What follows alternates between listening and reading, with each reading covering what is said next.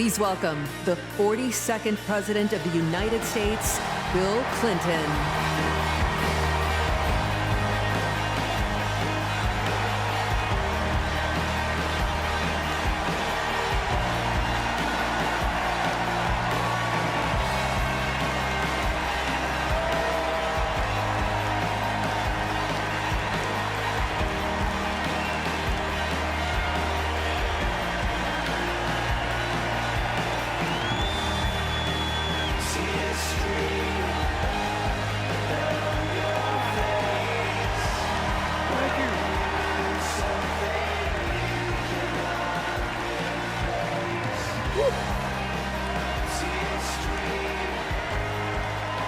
Thank you.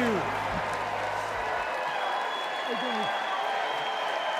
Thank you. Whoa.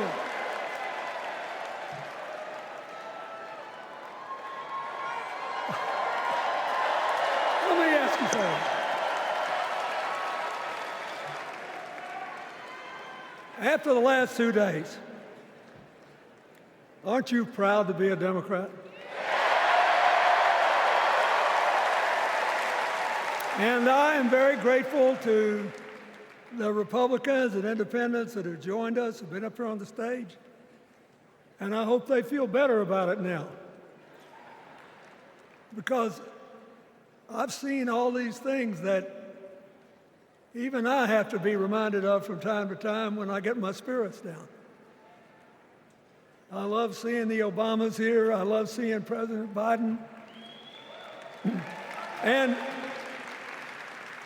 I thought Hillary gave a great speech, too. And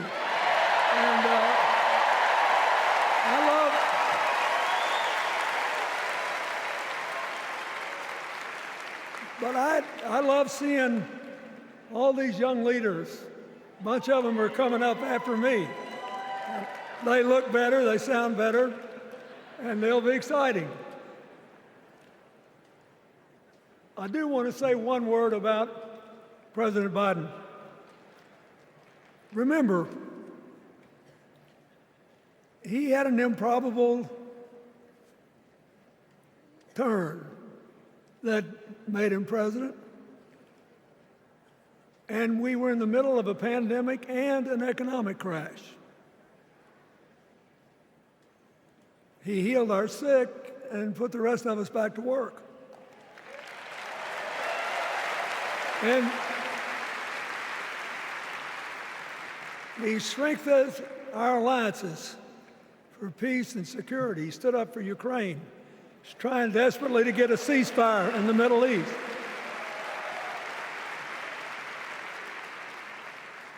And then he did something that's really hard for a politician to do. He voluntarily gave up political power. And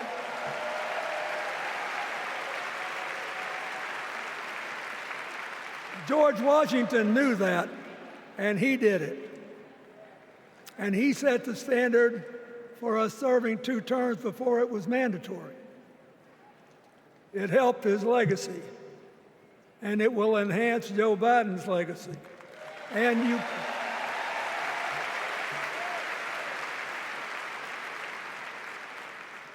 it's a stark contrast to what goes on in the other party. So I want to thank him for his courage, compassion, his class, his service, his sacrifice.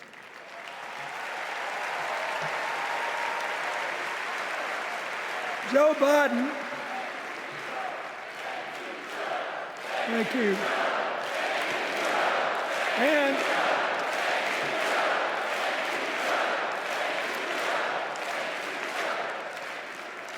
he kept the faith, and he's infected a lot of the rest of us.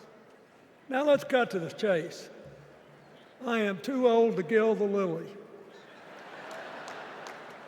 2 days ago, I turned 78, the oldest man in my family of 4 generations.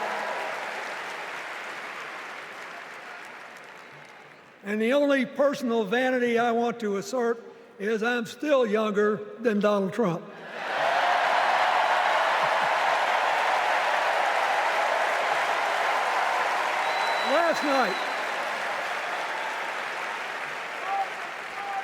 Last night, in what I thought was a very moving series of episodes, we nominated Kamala Harris and Tim Walz.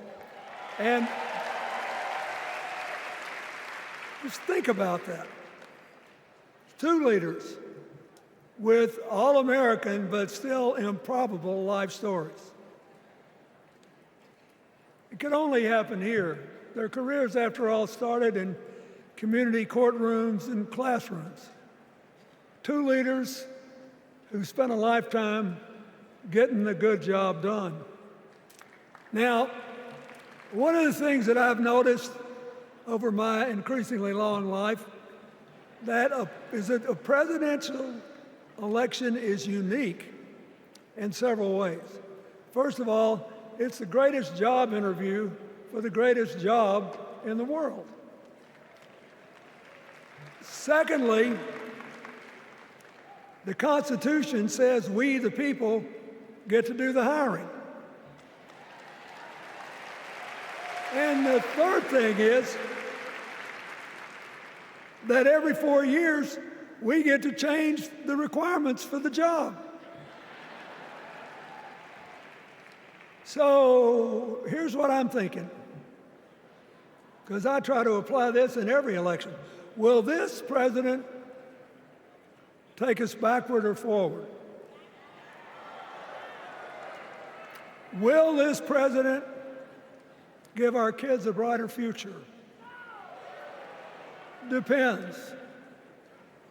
Will this president bring us together or tear us apart?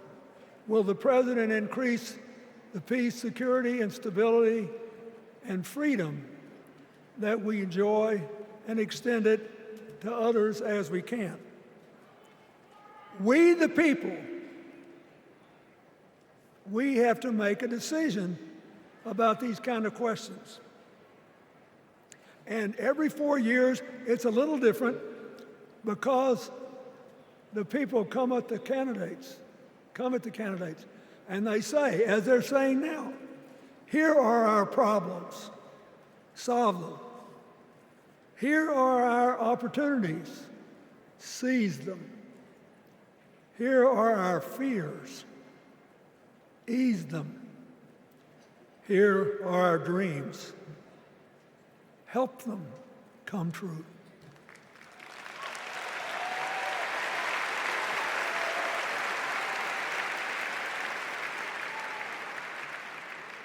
A president can answer that call by saying, I'll do my part, but you have to help me. We have to work together.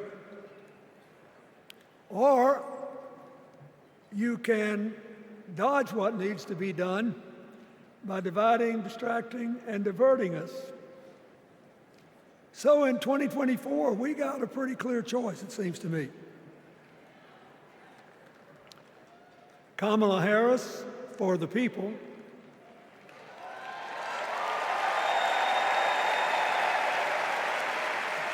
and the other guy who's proved even more than the first go-around that he's about me, myself, and I. I know which one I like better for our country.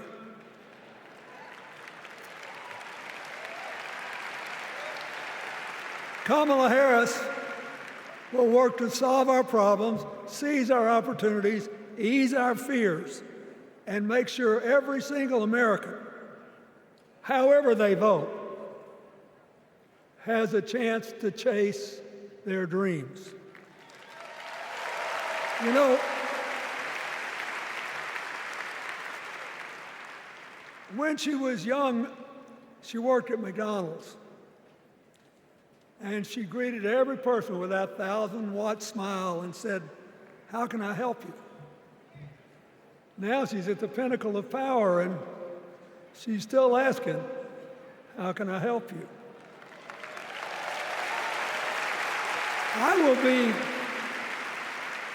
I'll be so happy when she actually enters the White House as president because she will break my record as the president who spent the most time at McDonald's.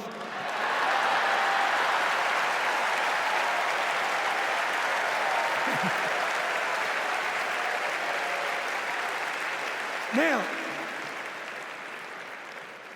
but we got an election to win. And remember, we've got a guy that's pretty good at what he does. Donald Trump has been a paragon of consistency.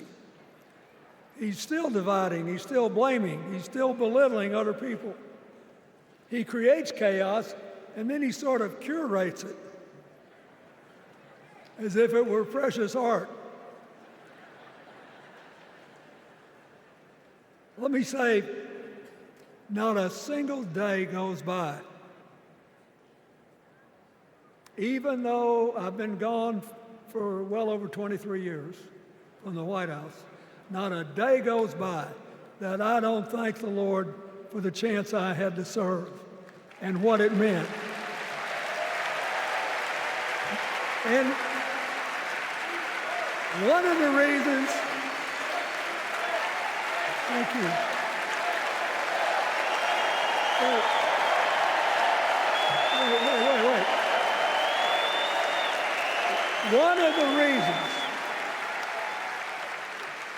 One of the reasons I love the job so much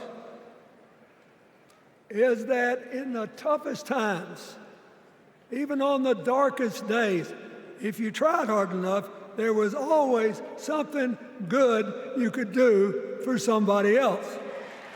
Now, some days that's not easy to do. You've got to deal with all these emergencies, or there's something going on here, there, or yonder. But Kamala Harris is the only candidate in this race who has the vision, the experience, the temperament, the will, and yes, the sheer joy to get something done.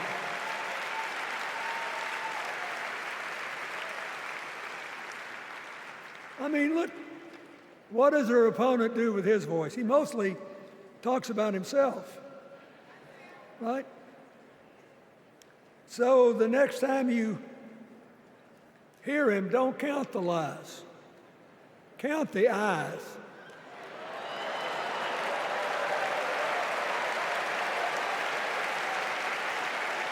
Count the eyes.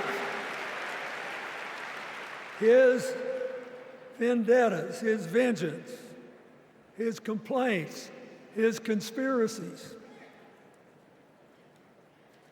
He's like one of those tenors opening up before he walks out on stage, like I did, trying to get his lungs open by singing, me, me, me, me, me, me.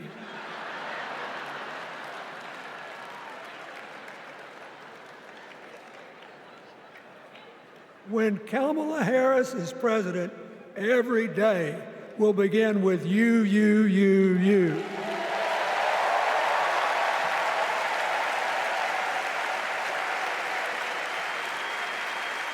So, we got to ask ourselves the questions if we're going to hire a president. Do you want to build a strong economy from the bottom up and the middle out? Or do you want to spend the next 4 years talking about crowd size?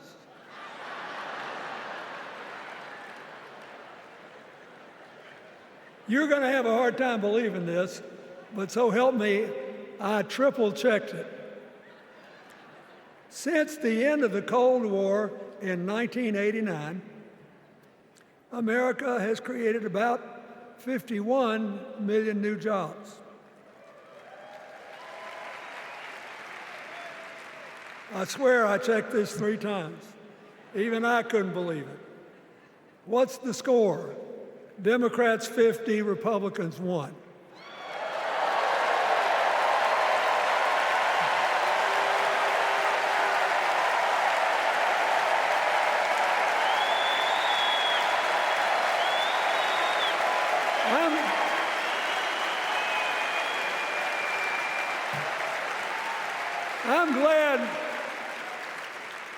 that we've got a championship winning coach on our team.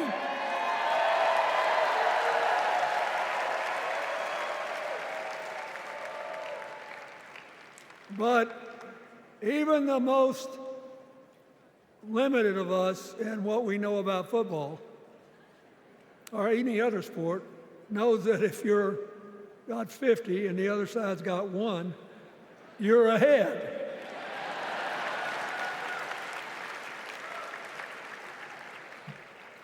What about affordable housing? It's a terrible problem in America now. We need more. And affordable health care. That's why the Democrats put a limit on monthly payments for insulin and a $2,000 a year out-of-pocket limit. And are trying to cover more drugs by bargaining for prices.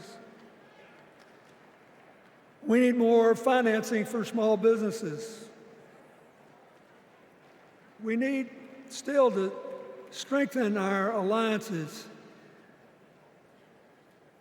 I almost croaked in the first debate of this election season when President Trump said nobody respected America anymore like they did when he was president.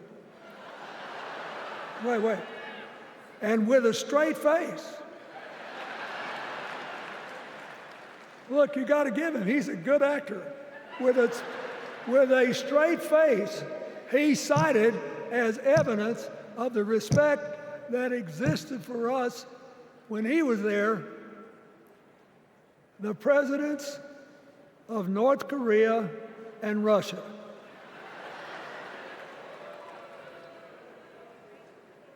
I'd rather have the people who respect us now. And one of the things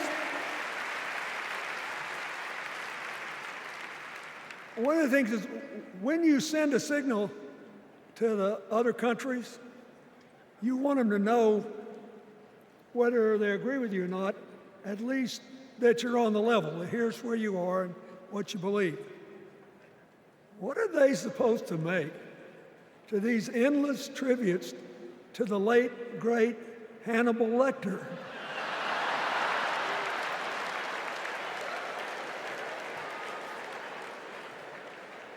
I mean, President Obama once gave me the great honor of saying I was the explainer-in-chief. Folks, I've thought and thought about it, and I don't know what to say.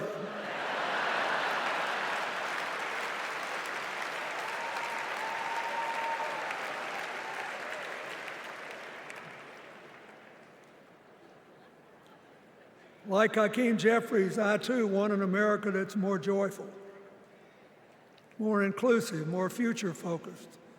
Just think what a burden it's been on us to get up day after day after day after day, buried in meaningless hot rhetoric, when there's so many opportunities out there, so many problems that need to be solved.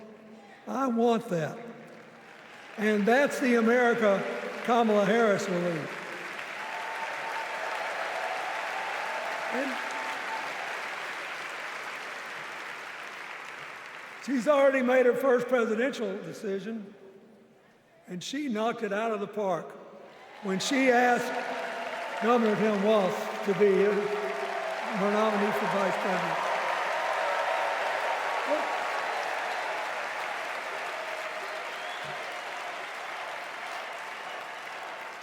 As they used to say when I was a young man growing up in Arkansas, you do not have to be all broke out with brilliance. You just look at Tim Walz, listen to him, follow his record as a teacher, as a coach, in the National Guard, as a congressman, where he was the only Democrat, save one, elected in that district in more than 100 years. And he stayed a long time. And then he became a great governor. And by all accounts, he was a crack shot who had the courage among his rural constituents to say, we do not need these assault weapons available to people who can kill our kids in school.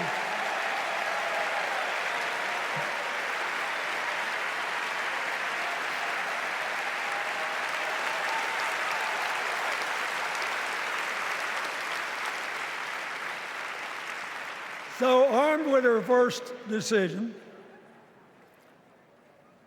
Kamala Harris confronts an interesting dilemma.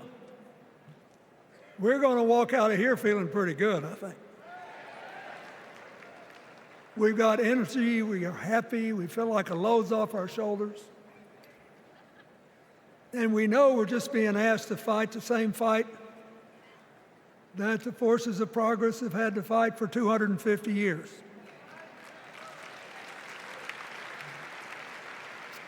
In the face of stiff and often violent opposition, we have to find a way to go forward together, where we the people make our union more perfect. So, that's a good thing. How could we possibly lose? Kamala Harris has fought for kids her whole life that were left out and left behind. She's taken on gangs trafficking across the border. She's fought to protect the rights of homeowners. She's been our leader in the fight for reproductive freedoms, and we know a majority of the American people are with us on that.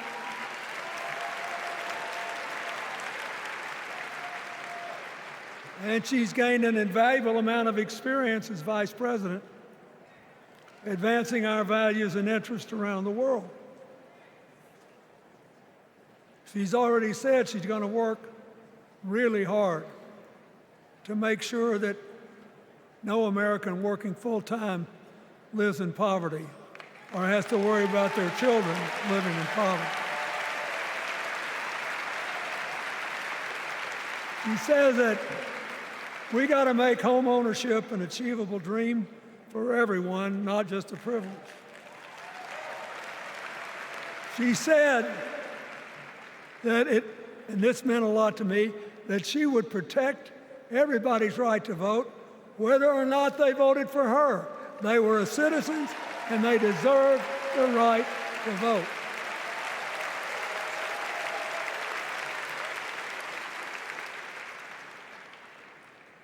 The other day, her opponent implied that as his people voted one more time, they'd be able to rig it from now on and they wouldn't have to vote again. You think they're kidding, but I know a lot of these folks, and most of them are really good people, but some of them think that they are bound to dominate America politically, economically, and socially, and they have to use politics to do it, and they should rig the system. I don't believe that. And so here's what I want to tell you. We've seen more than one election slip away from us when we thought it couldn't happen, when people got distracted by phony issues or overconfident. This is a brutal, tough business. I want you to be happy. One of the reasons that President-to-be Harris is doing so well is that we're all so happy.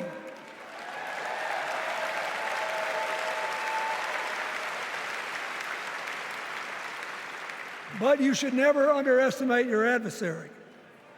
And these people are really good at distracting us, at triggering doubt, at triggering buyer's remorse.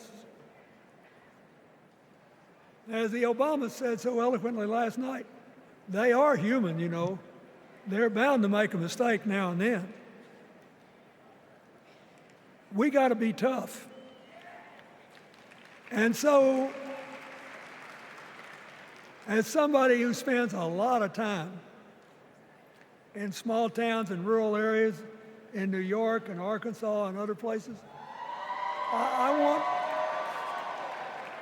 I urge you to talk to all your neighbors.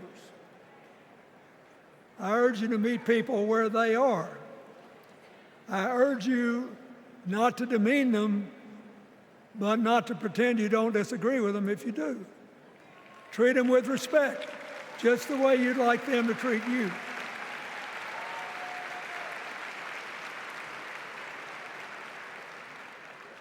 Ask for their help and then follow our leader, Kamala, and ask them, how can I help you? We Democrats right now have a lot of hay in the barn.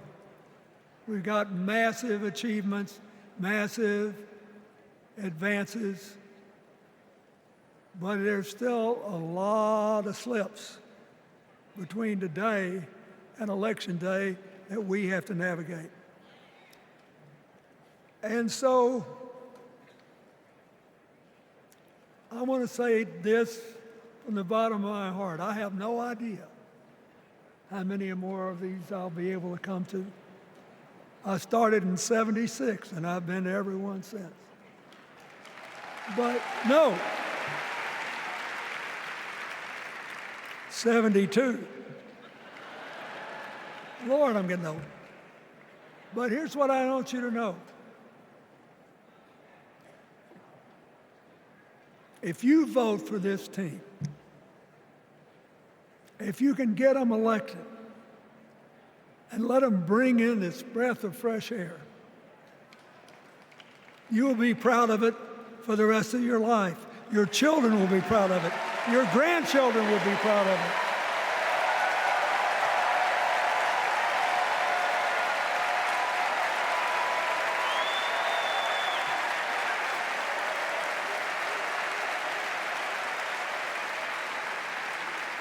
Take it from a man who once had the honor to be called in this convention the man from hope. We need Kamala Harris, the president of joy, to lead us.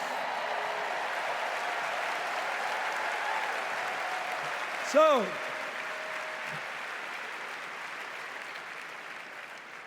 I'll be doing my part, you do yours.